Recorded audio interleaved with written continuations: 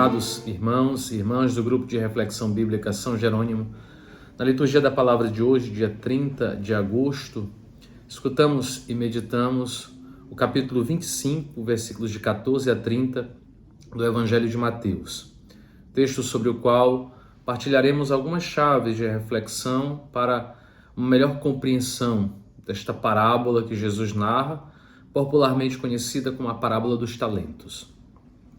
Lembremos inicialmente que o capítulo 25 de Mateus apresenta ao leitor três parábolas nas quais Jesus ilustra situações sobre o fim dos tempos. De fato, estas parábolas estão inseridas dentro de um grande sermão dedicado a uma reflexão sobre o fim dos tempos. No Evangelho de Mateus, portanto, o contexto literário no qual se insere a parábola dos talentos tem por finalidade ilustrar o julgamento final.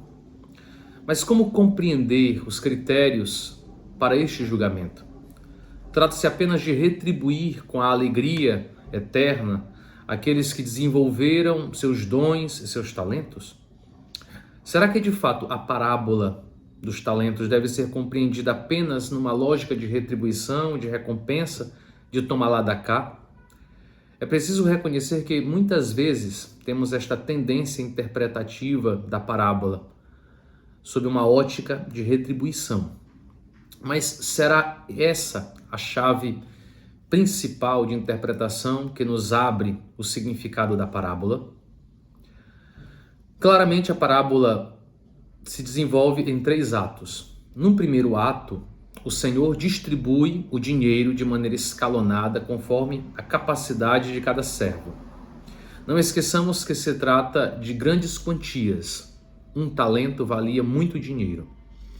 O segundo ato, após a viagem, é centrado sobre o trabalho dos servos que lucram, sendo que aquele que recebeu um talento esconde o dinheiro. O terceiro ato é centrado na volta da viagem do Senhor para o ajustamento de contas. Claramente, a parábola orienta o leitor para este terceiro ato, para esta cena da prestação de contas, mais particularmente para o diálogo entre o Senhor e o servo que escondeu o dinheiro. De fato, o diálogo entre o servo e o Senhor, ele é muito extenso na parábola. Ora, se nós levarmos em conta o diálogo entre o Senhor e os dois primeiros servos, nos damos conta que a parábola parece incitar a uma certa ganância. É preciso lucrar, ganhar mais. Nesta lógica, a parábola poderia ser interpretada numa lógica de retribuição. Porém, quando nos atentamos para a prestação de contas do último servo, que é mais extensa, vemos que a parábola é mais do que uma simples reflexão sobre a retribuição no fim dos tempos. Já os contornos da personalidade do Senhor, apontados pelo terceiro servo, são impactantes e verdadeiros.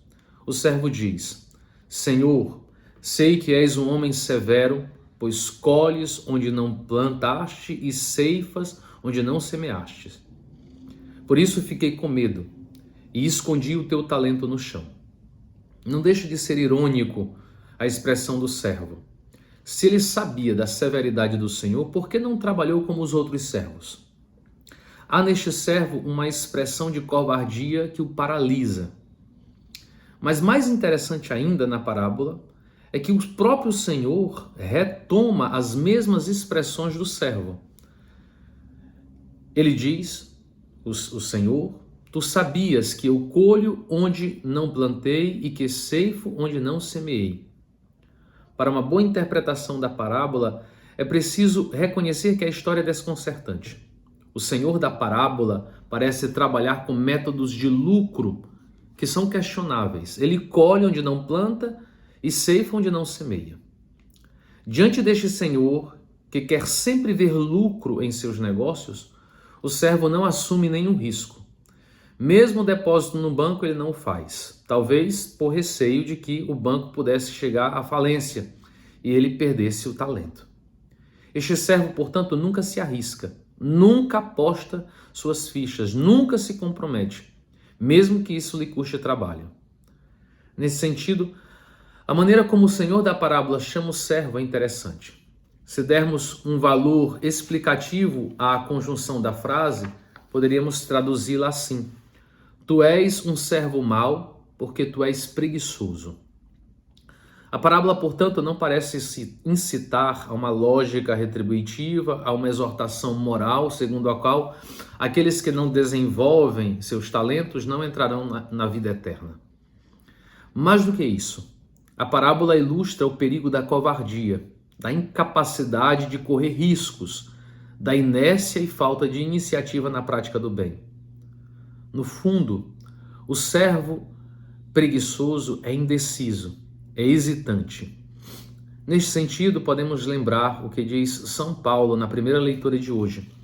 Só podemos exortar-vos, irmãos, a progredirdes sempre mais. Qual o critério do julgamento do Senhor no fim dos tempos? O lucro dos servos? Parece que não.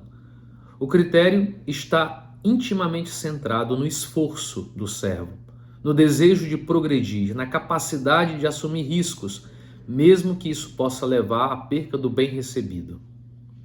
Que não sejamos servos e servas indecisos, hesitantes, preguiçosos.